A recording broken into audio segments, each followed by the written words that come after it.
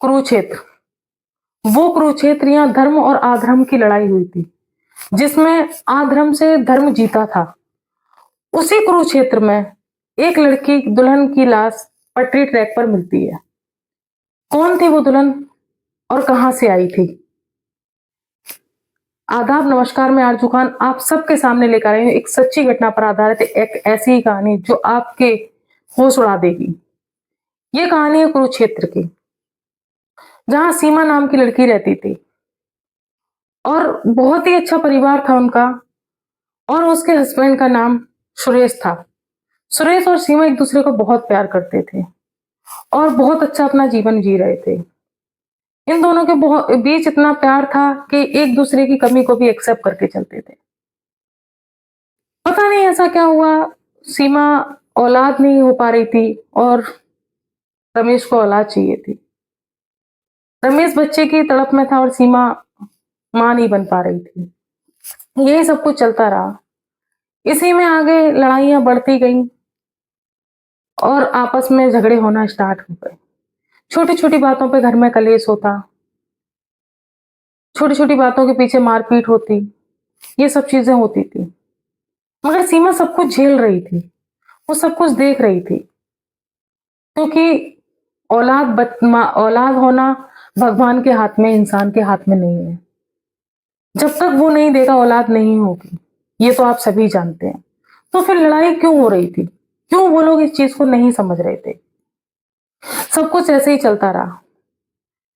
जब सीमा मां नहीं बन सकी और कई जगह इलाज कराने के बाद, तो उसने अपने पति से बोला कि आप दूसरी शादी कर लो, मैं मां नहीं बन सकती। उसके पति ने कहा कि मैं कोई सोल्यूशन निकालता हूं।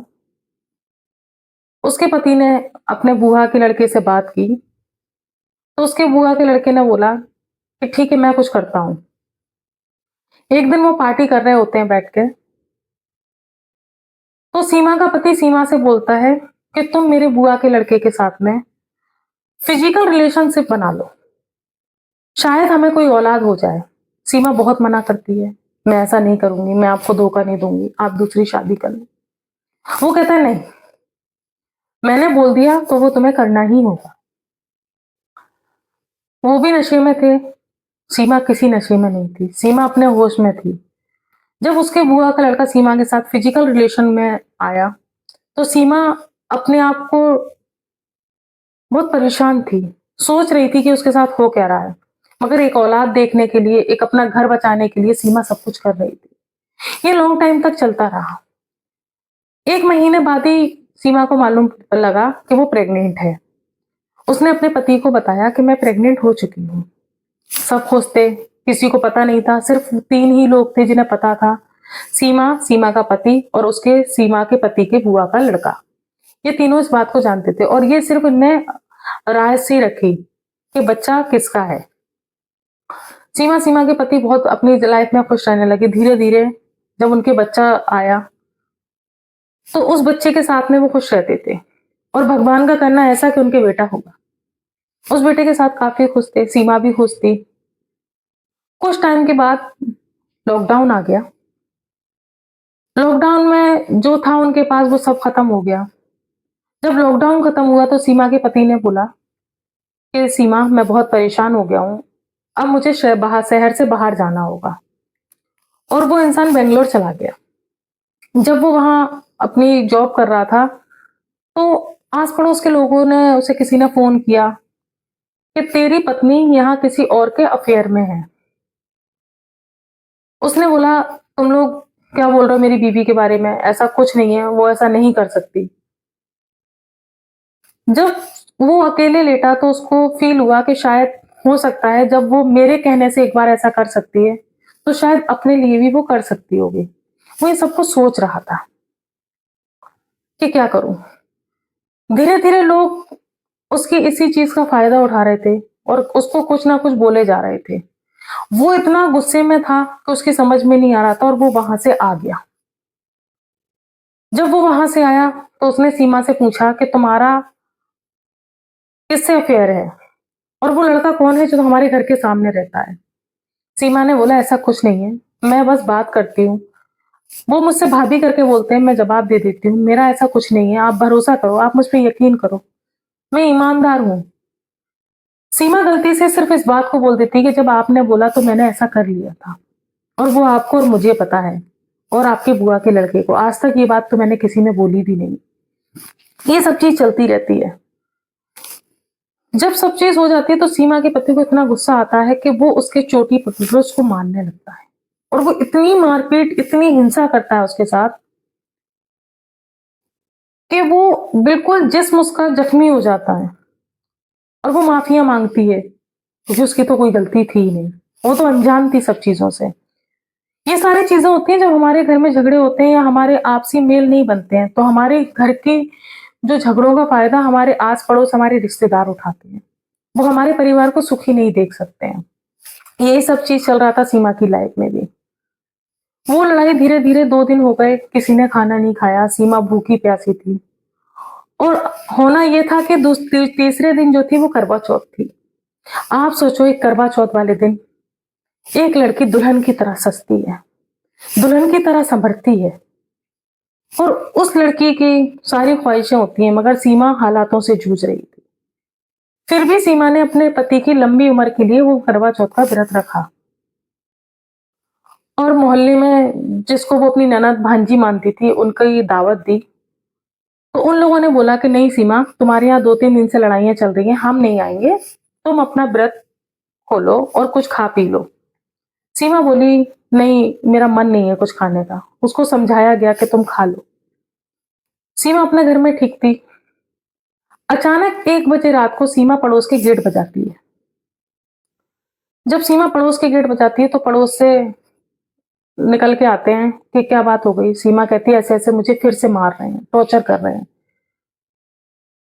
जब हम गाँव में एक के गेट बजाते हैं तो 4 लोग बाहर ऑटोमैटिक निकल ही आते हैं। सबने सीमा से बोला कोई बात नहीं है, घर की लड़ाई आपस में सुलझा लो और तुम घर जाके सो जाओ। सीमा अपने घर मायूस होकर चली जाती है और सब अपने-अपने घर में अंदर हो जाते हैं। अचानक होता क्या है कि सीमा दुल्हन बनी हुई थी, लाल जोड़े में सजी हुई थी, हाथों में चूड़ियाँ, पैरों में पायल, मांग में सिंदूर, बहुत कुछ किया हुआ था और भूखी भी थी, कुछ खाया भी नहीं था। उसका पति घर में ही था, उसकी बेटा घर में ही था, सब कुछ। अचानक सुबह होता क्या है कि एक ट्रैक के किनारे एक किसान जा रहा होता है। उसे एक लाल जोड़े में एक लाश दिखाई देती है। जब उसे लाश दिखाई देती है तो वो भागता है, तब उसे कुछ लोग मिल जाते हैं और वो बोलता है कि एक ट्रैक पर एक दुल्हन की लाश डली हुई है। जब वो सब लोग जाते हैं देखने के लिए, तब जाके कहीं शोर हो जाता है। इसी शोर में लोग कहते हैं पता नहीं किसकी दुल्हन थी, किसकी दुल्हन थी और ये चीज़ देखकर सीमा का पति भी भागता हुआ जाता है। जब वो भागता हुआ जाता है तो वो देखता है कि सीमा ट्रैक पर थी और उसने बोला ये तो सीमा की लाश है। तब जा उस टाइम सीमा का फेस नहीं दिख रहा था क्योंकि वो लाल साड़ी में ढका हुआ था और उसने अंदाज से ही बोल दिया कि ये सीमा की लाश है। उसे कैसे पता था कि ये सीमा की ही लाश है? सब कुछ होता है, पुलिस आती है, पुलिस को इन्फॉर्म किया जाता है, पुलिस आ जाती है मौके वारदात पे और सीमा की बॉडी को फिर ले लेती है। जब ये सारी चीज़ें हो जाती हैं तो उससे पूछा जाता है, सीमा के पति से कि सीमा की मौत हुई कैसे? तो कुछ लोगों से भी पूछताछ होती है, आस-पड़ोस वालों से भी पूछताछ होती है। कुछ आस-पड़ोस वाले ऐसे होते हैं कि चीज़ों को छुपा जाते हैं, बताना नहीं चाहते हैं, डर जाते हैं ताकि हम पे कोई बात ना आ जाए। जब ये सीमा के मायके वाले भी आ जाते हैं, सीमा की मौत की खबर सुनकर और वो लोग हंगामा कर देते हैं कि हमारी बेटी कैसे मरी? जब उससे पूछा जाता है, जब उससे लोग कहते हैं कि इनके घर में 3 दिन से लड़ाइयाँ चल रही थी, जब वो बताता है कि सीमा रात में लैट्रिन के बहाने बाहर चली गई थी। तो उसके मायके वाले बोलते हैं कि आपके घर में लैट्रिन थी तो बाहर क्या करने गई थी?